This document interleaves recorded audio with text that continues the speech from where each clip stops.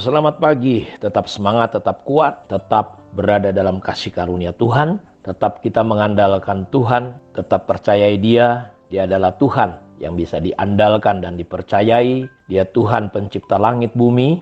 Dia Allah yang maha dahsyat, luar biasa, maha tinggi. Dan Dia begitu dekat. Dan Dia adalah Bapa kita. Kita bersyukur karena kemurahan dan anugerah-Nya. Tidak ada yang lebih indah selain hidup di dalam Tuhan. Karena itu tetaplah setia, tetaplah berjalan di dalam jalan-jalannya. Kita bukan hanya ingin menerima berkat mujizatnya, tetapi kita ingin bersekutu dekat dengan Dia. Dan kita tinggal di dalam Dia, dan Dia tinggal di dalam kehidupan kita. Kita terus sedang belajar tentang hidup yang memuliakan Bapa seperti Yesus. Dia berdoa, Bapa muliakanlah aku, karena aku telah memuliakan engkau dengan jalan mengerjakan pekerjaan yang telah engkau berikan kepadaku dan menyelesaikannya. Dan kita sudah belajar beberapa hari ini bagaimana Yesus mengerjakannya dan menyelesaikannya sampai finish, sampai akhir. Di atas kayu salib Dia berkata, sudah selesai. Dan saya berdoa kiranya teladan yang diberikan kepada Yesus, kepada kita boleh memahami dari mana kita datang, apa ujung hidup kita, apa yang harusnya kita lakukan. Dan saya percaya kita ini buatan Allah, diciptakan dalam Kristus Yesus untuk melakukan pekerjaan baik yang telah diciptakan Allah sebelumnya, dan Dia mau kita hidup di dalamnya. Ketika Dia menghadapi wanita di perigi Yakub, murid-murid bertanya, siapa yang kasih kau makan? Makananku ialah melakukan kehendak Bapa. Dan dari Lukas, nubuatan Yesaya, dia berkata bahwa Dia datang untuk memberitakan tahun rahmat Tuhan. Dia datang untuk membebaskan orang-orang yang tertawan. Dia datang untuk menolong orang-orang yang miskin. Jadi di dalam 1 Yohanes pasal yang ketiga ayat 8, barang siapa yang tetap berbuat dosa berasal dari iblis, sebab iblis berbuat dosa dari mulanya.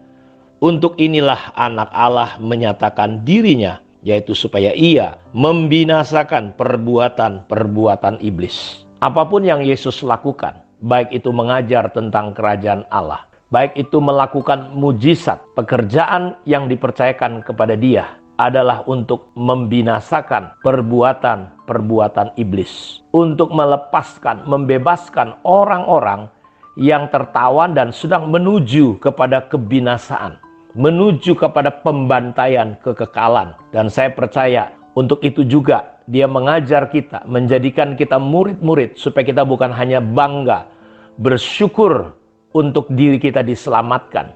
Dia mati supaya kita tidak lagi hidup untuk diri kita sendiri, tapi kita hidup melakukan kehendak Allah, melakukan pekerjaan-pekerjaan yang Allah mau kita lakukan di dunia.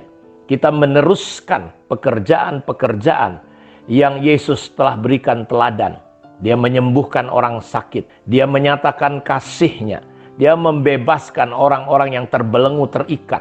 Dia tolong orang-orang gila seperti di Gerasa, Dia lepaskan. Dia memberi makan kepada 5.000 bahkan lebih orang, laki-laki saja. Jadi banyak hal, tujuannya cuma satu, supaya perbuatan iblis, tipu daya setan yang membinasakan umat manusia itu bisa dihancurkan lewat kematiannya. Dia sudah memberikan otoritas kepada kita untuk kita melakukan yang sama. Kita disuruh mencelikkan orang yang buta, membangkitkan orang yang mati. Kita perlu masuk dalam pelayanan sebagai orang percaya, sebagai murid-murid Tuhan. Karena itu jelas di sini bahwa Dia datang untuk inilah anak Allah menyatakan dirinya. Supaya apa?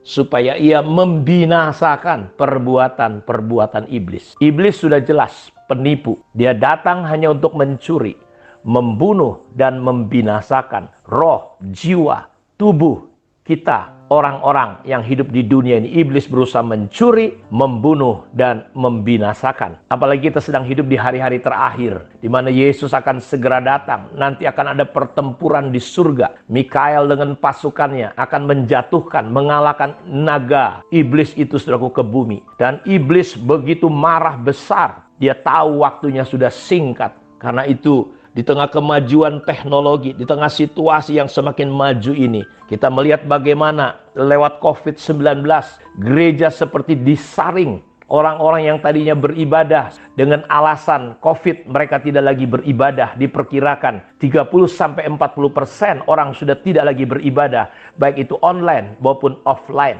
30%-nya lagi beribadah, tapi berputar-putar sedemikian rupa. Sisanya hanya 30%, 25-30%. Karena itu kita melihat bahwa situasi ini begitu luar biasa. Ibrani 10 ayat 25 berkata, janganlah membiasakan diri seperti orang-orang membiasakan diri, meninggalkan hubungan persekutuan. Orang-orang hari ini begitu pintar saya lihat, mengemukakan alasan-alasan. Tetapi giliran misalnya ya apa saja secara dunia, mereka punya iman, mereka berani selaku. Tetapi kalau sudah ibadah nanti kena COVID. Saya tidak katakan bahwa saudara akan kena COVID di ibadah. Saya menyatakan diri, saya berdoa sama Tuhan. Dalam ibadah ada janji Tuhan, penyakit dilalukan dari tengah-tengah kita. Dan orang-orang tidak ada yang mandul dan keguguran. Tuhan akan memberkati air minuman kita. Saya berdoa, saudara tetap punya iman. Karena memang mengiring Tuhan, situasi ini membuat kita menjadi serba salah. Ditabrakkan antara iman dengan hikmat. Hikmat atau ketakutan. Sebenarnya itu beda-beda tipis. Tapi saya berdoa, saudara tetap mendapatkan iman. Melihat bahwa kita hidup di dunia dengan sebuah tujuan yang jelas. Yaitu untuk melakukan, menggenapi pekerjaan Bapa. Karena kehendakku, kata Yesus, makananku ialah melakukan pekerjaan Bapa. Dan dia datang untuk membinasakan perbuatan-perbuatan iblis. Karena itu saya mau katakan, di dalam dia itu ada hidup. Dan hidup itu adalah terang manusia. Pada mulanya adalah firman. Firman itu bersama dengan Allah. Dan firman itu adalah Allah. Dalam dia ada hidup. Di dalam Yesus ada kehidupan. Dan ini yang coba dirampas oleh setan. Dengan keindahan dunia. Dengan cara apapun. Kasar atau lembut atau halus. Tujuannya cuma satu. Supaya kita tidak memiliki kehidupan. Ingat, di dunia ini kita cuma sebentar. Sementara. Ada kehidupan kekal. Saudara bijak atau bodoh, bagaimana saudara menyiapkan kekekalan saudara, itu penting. Dan saya percaya bahwa hidup kita, waktu kita di dunia yang begitu singkat ini, tidak boleh hanya sekedar kita habiskan untuk bekerja cari uang. Saya butuh uang, saudara butuh uang. Tapi jangan pernah habiskan hidup saudara hanya untuk mencari uang. Hanya untuk mencari kesuksesan sebatas dunia ini. Henoh hidup 65 tahun, setelah itu dia bergaul dengan Allah. 300 tahun setelah itu dia menerima kekekalan. Saudara, hidup kita bukan hanya untuk lahir, bekerja keras, hidup untuk diri sendiri. Ya, saya mau katakan, hari ini mungkin kita bisa berkata, orang-orang seperti saya ini adalah orang-orang yang bodoh karena hidupnya menghabiskan waktu hanya untuk berkhotbah mungkin, hanya untuk menolong orang-orang. Tapi ingat satu hari, penyesalan selalu datang terlambat. Karena itu jangan sia-siakan waktu saudara. Hidup kita bukan hanya untuk bekerja. Sapi dan lembu pun, saudaraku, kalau cuma hidup untuk bekerja, sapi lembu pun bisa bekerja. Kalau cuma sekedar hidup, monyet di hutan pun bisa hidup. Oleh karena itu, di dalam dia ada hidup, dan hidup kekal inilah yang akan diambil. Iblis coba hancurkan. Dan di dalam dia, hidup itu adalah terang manusia. Dalam ayat 5 Yohanes 1. Terang itu bercahaya di dalam kegelapan, dan kegelapan itu tidak menguasainya. Yohanes berkata, ia datang sebagai saksi untuk memberi kesaksian tentang terang itu, supaya oleh dia semua orang menjadi percaya. Yohanes datang, dia melakukan pekerjaan Bapa juga, menerangkan tentang Yesus Kristus. Ayat 9, terang yang sesungguhnya yang menerangi setiap orang sedang datang ke dalam dunia. Jadi saudara, kita lihat Yesus adalah terang. Dia datang untuk menghancurkan, membutakan iblis. Orang-orang yang berada dalam kegelapan bisa melihat terang itu. Yohanes 3 ayat 19.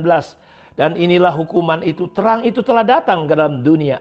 Dia datang untuk menyatakan perbuatannya, menghancurkan perbuatan-perbuatan iblis. Tetapi manusia lebih menyukai kegelapan daripada terang, sebab perbuatan-perbuatan mereka jahat. Ayat 20, sebab barang siapa berbuat jahat membenci terang dan tidak datang kepada terang itu, supaya perbuatan-perbuatan yang jahat itu tidak nampak. Tetapi barang siapa melakukan yang benar, ia akan datang kepada terang, supaya menjadi nyata bahwa sesungguhnya perbuatannya dilakukan dalam gelap. Saudara, Yesus berkata, akulah jalan, akulah kebenaran, akulah hidup, akulah terang dunia.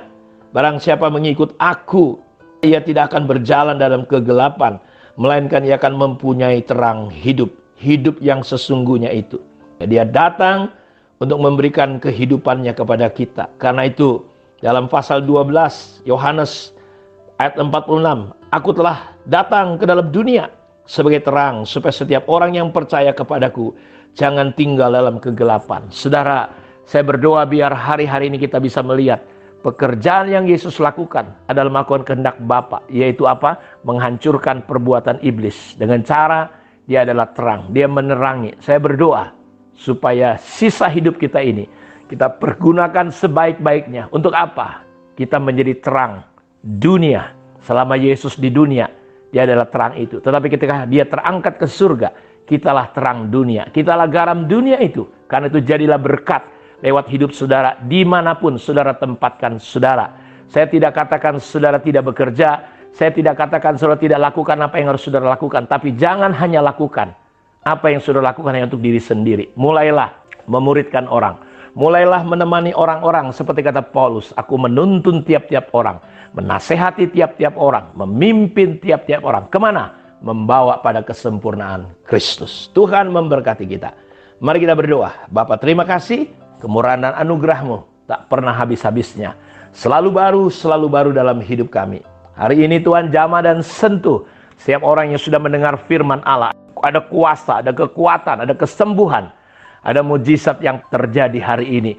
Orang-orang yang sakit, ya, tidak normal dari ujung kepala sampai ujung kakinya. Paru-paru, jantung, lever, mah, empedu, urat-urat saraf, apa saja Tuhan yang tidak normal. Aku katakan demi nama Yesus, normal. Oleh bilur Yesus jadilah sembuh. Dalam nama Yesus kami berdoa. Amin. Tuhan memberkati kita semua. Shalom.